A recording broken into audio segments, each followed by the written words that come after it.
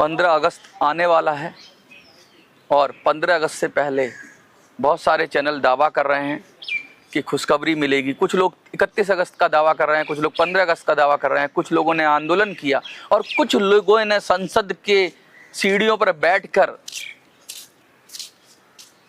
Banner पकड़े। सब तरफ ऐसा लग रहा है जैसे बहुत बड़ा आंदोलन चल रहा है। और क्या पेंशन के बारे में कुछ खबर है? इन सब विषयों पर बात करने के लिए मैंने ये वीडियो बनाई है। हमने भी सोचा था कि पेंशन पर कोई कॉन्क्रीट स्टेप उठाई जाएगी, प्राइवेट मेंबर बिल के माध्यम से संसद में बात रखी जाएगी। सुप्रिया सुले के पास भी हम लोग गए, तो क्या हुआ उन सब का? इसी विषय पर बात करने के लिए आज की वीडियो है, क्योंकि 15 तारीख नज़दीक है, स्वतंत्रता दिवस नज़दीक है। और क्या स्वतंत्रता दिवस पर हमें, आपको, हम सबको ईपीएस के काले कारनामे से आज़ादी मिलेगी? ईपीएफओ के काले कारनामों से आज़ादी मिलेगी? क्या हमारे लिए भी नया सूरज उगेगा? इन सब विषयों की बात करेंगे। और मैं बात आंदोलन की भी करूंगा। पिछली वीडियो में बहुत सारे लोगों ने कहा कि मनोज बड़ा नेगेटिव बोलते हो। तो नेगेटिव मैं बोलता नहीं हूँ, मैं सत्य बोलता हूँ। लेकिन जो झूठ बोलते हैं उनको नेगेटिव लगेगा ही लगेगा। तो सत्य जब जब आप बोलोगे तो कुछ ना कुछ विरोध में खड़े हो जाएंगे। मैं किसी के विरोध में नहीं हूँ, मैं आपको रियलिटी दिखा रहा हूँ। और उसमें अगर किसी का विरोध हो सकता है तो मैं कुछ नहीं कर सकता। अगर मैं सच के करीब आपको रखूँ और बदले में किसी का आत्मसम्मान चला जाए, किसी की नेतागिरी चली जाए, किसी का विरोध हो जाए, तो भैया ऐसा काम ही क्यों करते हो कि लोग विरोध करें? आज मैं नहीं बोलूँगा, कोई और बोलेगा, कल फिर आएंगे नगमों की खिलती कलियां चुनने वाले, मुझसे बेहतर कहने वाले, तुमसे बेहतर सुनने वाले। तो कहने की बात यह है कि मैं जो कह रहा हूँ मुझसे भी बेहतर कहने वाले आएंगे और तुमसे भी बेहतर सुनने वाले आएंगे। लेकिन इन बातों पर ना रखकर हम असली बात करें कि आखिर हम क्या, कितना पहुँचे, कहाँ पहुँचे। और 9 दिन चले 2.5 कोस वाली बात तो नहीं हो गई कहीं? जो मैंने मुद्दे उठाए उस पर क्या हुआ और अब आगे क्या, ये भी विषय है। तो चलिए विधिवत शुरू करते हैं। सबसे पहले हम आंदोलन की बात करें। आंदोलन था 4 और 5 तारीख को।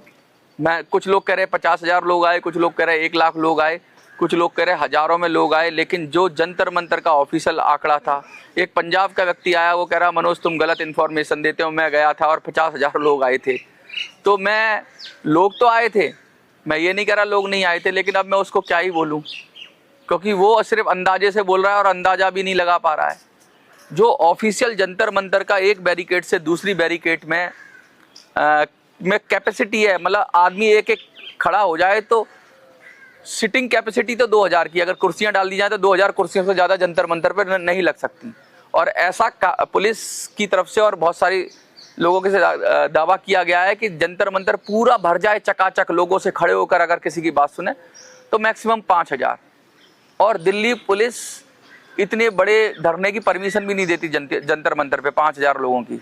मुश्किल से आप लिखोगे 500-700 लोग ऐसे परमिशन देती है। जंतर मंतर पे जो धरने होते हैं, जो मीडियम साइज का धरना है उसे हम बोलते हैं, तो उसमें 500 लोग आ जाएं तो मीडियम साइज का बोलते हैं। अच्छा धरना ये बोलते हैं जिसमें 1000 से ऊपर लोग आ जाएं।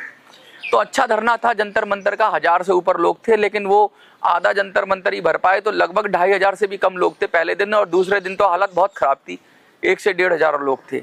तो इसका मतलब ये नहीं है कि लोग नहीं आए, लोग तंग आ गए हैं ये झूठे वादे करने के। लोग आने को तैयार हैं, लोग पैसा देने को तैयार हैं। ऐसा नहीं है कि सारे बुजुर्ग हैं, बहुत सारे लोग, लेकिन वो इसलिए नहीं आते, उन्हें पता है कि ये फिर नाटक होगा। नेताओं को भी पता है ये नाटक होगा कि 2 दिन का जंतर मंतर पर धरना किया, फिर हमारी वित्त मंत्री से बात हुई, हमारी इस मंत्री से बात हुई, हमारे पास सांसद आ गए, अब पेंशन का काम हो जाएगा, धैर्य रखिए, फलाना रखिए, ढिमका रखिए। और फिर वैसे ही फिर ये मानसून सत्र भी चला गया। अब बिहार इलेक्शन तक आपको साध के रखा जाएगा कि बिहार इलेक्शन में पेंशनर कहीं क्या बोलते हैं, बिफर ना जाएं, कहीं बिगड़ ना जाएं और कहीं नुकसान ना पहुंचा दें। तो बिहार इलेक्शन के लिए हम रणनीति बनाएंगे हम लोग। ये भी मैंने कहा है कि बिहार इलेक्शन के लिए रणनीति बनाना बहुत ज़रूरी है, वो भी बनाएंगे। तो ये तो बाकी बात हो गई। लेकिन इसके अलावा क्या बात है? इसके अलावा बात है कि भाई संसद में, सदन में क्या हुआ। तो आपको जैसे ही पता है कि 21 या 22 तारीख तक शायद सदन है, और लगातार अब छुट्टियां चल रही हैं। मैं बता दूं, आज आप 10 तारीख है, आज रविवार है, रविवार की छुट्टी है, कल सोमवार, परसों मंगल, सोमवार मंगलवार को भी सदन में ज़्यादा काम नहीं होगा। और उसके बाद 13 तारीख की भी छुट्टी है स्वतंत्रता दिवस के उपलक्ष्य में सदन की, और 14 तारीख की भी छुट्टी है। 15 अगस्त तो 15 अगस्त को छुट्टी होगी। 16 अगस्त को रक्षाबंधन है, 17 तारीख को रविवार यानी इतवार है। तो इतने दिन तो गए। तो आज से लेके 17 तारीख तक तो समझ लीजिए कि सदन में कुछ होने वाला है नहीं ज़्यादा। मैं क्यों कह रहा हूँ सदन में कुछ नहीं होने वाला, क्योंकि सदन का जो रूपरेखा है, जो क्या बोलते हैं टाइम टेबल है, वो मैंने आपको बता दिया। 17 के बाद 3-4 दिन रह जाएंगे, तो उसमें सरकारें अपना काम करेंगी, फटाफट जो बिल लाने होंगे वो पास करेंगी। विपक्ष क्या कर रहा है? विपक्ष कुछ नहीं कर रहा है। EPS 95 के लिए सीढ़ियों पर बैठ जाने से कुछ नहीं होगा। और वो शर्मा शर्मी लोग बैठ जाते हैं कि भाई दिखाने के लिए कि हमने कुछ किया। तो वो मैं कहानी सुनाता था कि बंदर वाली कहानी थी कि बंदर और हिरन जंगल में जा रहे थे, तो शेर आया, तो बंदर पेड़ पे चढ़ गया, तो हिरन ने कहा मुझे बचाओ, तो कभी एक पेड़ पे कूद रहा, कभी दूसरे पेड़ पे कूद रहा, कभी तीसरे पेड़ पे कूद रहा। शेर हिरन को मार के खा गया। और बाद में बंदर से पूछा गया तुमने क्या किया? कह रहा मैं पेड़ पे छलांग तो मार रहा था। तो ये बंदरों वाले काम किए जा रहे हैं, जिसमें एक पेड़ से दूसरे पेड़ पर छलांग मारी जा रही है, लेकिन कोई कॉन्क्रीट काम। अच्छा, इनकी मनोदशा भी नहीं है काम करने की, इनके अंदर का भाव भी नहीं है कि कुछ काम किया जाए पेंशनर्स का। अगर होता भाव तो कम से कम कुछ अड़ते, कुछ संघर्ष करते, कहीं दिखता तो सही। नेताओं की जय जयकार करना, नेताओं के पैम्पलेट बांटना और ये सब काम करना, अगर ये संघर्ष है तो मुझे इस संघर्ष से काफ़ी आपत्ति है। मुझे लगता है फिर अगर ये सकारात्मकता है तो इस सकारात्मकता का करे क्या? फिर तो पार्टी में ही शामिल हो जाइए और उसी के नारे लगाइए। और जैसे और पार्टियों के संगठन होते हैं, विंग होती है, ऐसी पेंशनर की विंग बना लीजिए, सरकार की विंग हो जाएगी और उसके लिए काम करिए। संघर्ष करना है तो सामने मैदान में डटना पड़ेगा। संघर्ष दिखना चाहिए, करैक्टर में भी दिखना चाहिए और आपके एक्शन में भी दिखना चाहिए। बातों में दिखने से कुछ नहीं हो जाता।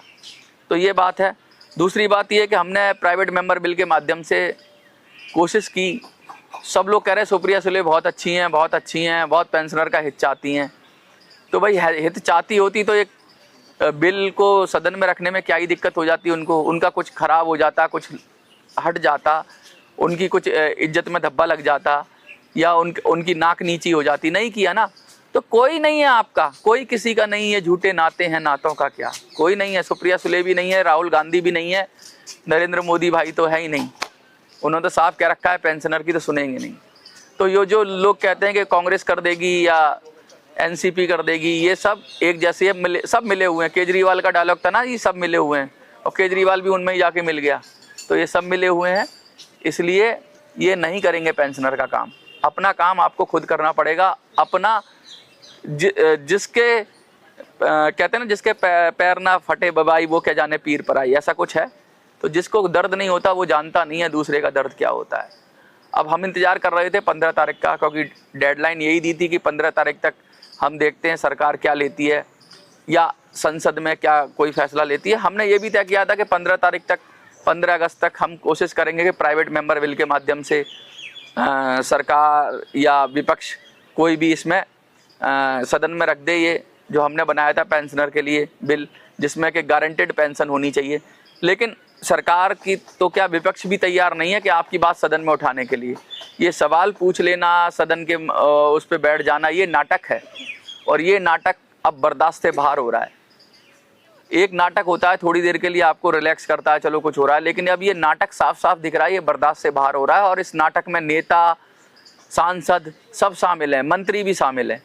और मैं चाह रहा हूँ कि अब आपको ये समझ में आना चाहिए कि ये कोई भी आपको पेंशन देने के ना तो मूड में है, ना तो नेता पेंशन दिलवाने के मूड में है, ना ही ये सांसद आपकी बढ़ी हुई पेंशन देना चाहते हैं या कोई उनको सरोकार भी है। बस ये दिखना चाहते हैं, करना नहीं चाहते।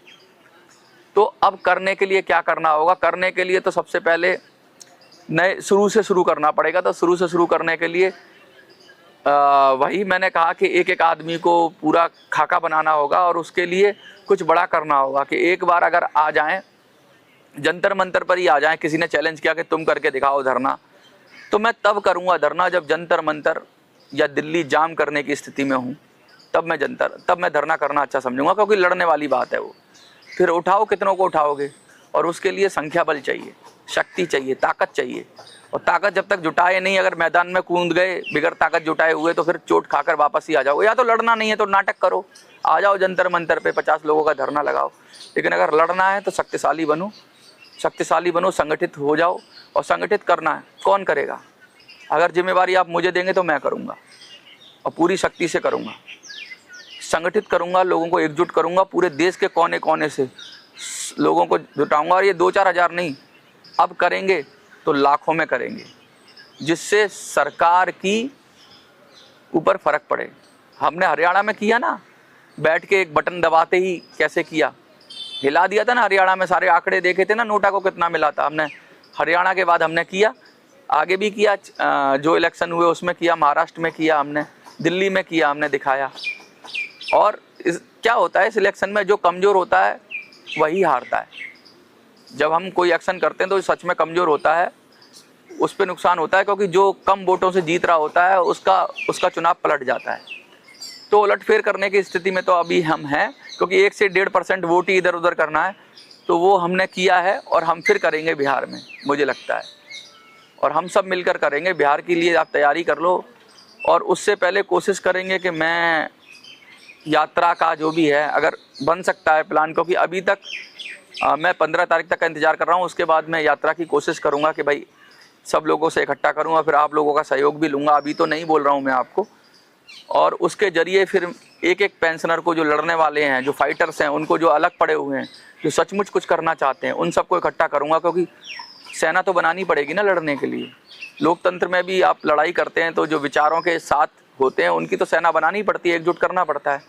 तो इकट्ठा करेंगे अपने लोगों को, एकजुट करेंगे, पूरे देश में एकजुट करेंगे। लोग हैं, ऐसा नहीं है। जब 10-20 हज़ार लोग किसी मुद्दे से जुड़ के एक साथ खड़े हो जाते हैं तो सरकारें हिल जाती हैं। यहाँ तो 80 लाख लोग हैं। ऐसा थोड़ी ना कि सारे बीमार हैं, सारे कमज़ोर हैं। जो ताकतवर हैं उनको साथ लाना होगा। और वो ताकतवर इसलिए नहीं आ रहे हैं कि ये जो नेता हैं, अभी हाल फिलहाल के नेता हैं, इनके नीचे आ जाते। लेकिन इनके नीचे इसलिए नहीं आना चाहते कि इनकी दिशा और दशा दोनों खराब हो चुकी है। ये सरकार की गोद में जाके बैठ चुके हैं और सरकार के रहमो करम पर और निर्देश पर ही मुझे लगता है काम करते हैं। अगर सरकार के निर्देश पे काम नहीं करते तो कम से कम 2 दिन का इन्होंने जो धरना प्रदर्शन किया था उससे कुछ रिजल्ट लेके उठते। कोई रिजल्ट नहीं, एक धरना प्रदर्शन हुआ और लोग भी नहीं आए। उन्हें पता था, सतर्क हो गए थे, सावधान हो गए थे। तो पैसा उन्होंने वेस्ट नहीं किया अपना, अच्छा हुआ उनका पैसा और समय खराब नहीं हुआ। क्योंकि अगर कोई रिजल्ट नहीं निकलना है तो ऐसे धरना प्रदर्शन का करने की ज़रूरत ही क्या है। काम वही करो जिसमें कोई रिजल्ट आए, और उस काम को करने के लिए अब तैयारी कर लो। 15 अगस्त तक मुझे नहीं लगता कि अपनी किस्मत खुलेगी या आपकी किस्मत खुलेगी, लेकिन 15 अगस्त के बाद इनकी किस्मत का ढक्कन हम लोग बंद कर देंगे। इनकी किस्मत पर हम ताला लगा देंगे। इनकी किस्मत का बैंड हम लोग बजा देंगे और इनकी किस्मत को धूल में मिला देंगे। जो चमक रहे हैं ना, बहुत सारे लोग कहते हैं कि मेरा टाइम चल रहा है। अरे तुम्हारा टाइम चल रहा है, हमारा भी टाइम चलेगा। तुम्हारा अच्छा दिन चल रहा है तो हमारे भी अच्छे दिन आएंगे। और अब हमारे अच्छे दिन कोई दूसरा नहीं लाएगा, हम खुद लाएंगे। हमारे अच्छे दिन हम खुद लाएंगे। ये संकल्प के साथ मैं कहना चाहता हूँ कि आप लोग अब तैयार हो जाइए। कुर्सी की पेटी बांध लीजिए, कमर पे बेल्ट बांध लीजिए, हाथ में लोकतंत्र रूपी जो भी हथियार हैं, जो हम लड़ सकते हैं, जो विचार का हथियार है, वो उठा लीजिए और इस पर प्रहार करिए। जो आपके खिलाफ है, वो चाहे पक्ष हो या विपक्ष हो, किसी को मत छोड़ो, सबको एक तरफ से रेल दो। क्योंकि कोई आपके साथ नहीं खड़ा है, और जब आपके साथ कोई नहीं खड़ा है तो आपको खुद खड़ा होना पड़ेगा। यही सॉल्यूशन है। किसी नेता, किसी पार्टी के चक्कर में जाओगे तो नाश ही हो जाएगा, और हो रहा है लगातार 10 साल से। कोई सुनने वाला नहीं है, किसी के अंदर कोई मानवता नहीं है, किसी के अंदर कोई इंसानियत नहीं है। अपनी इंसानियत जगाओ, अपना हक और अधिकार के लिए संगठित हो।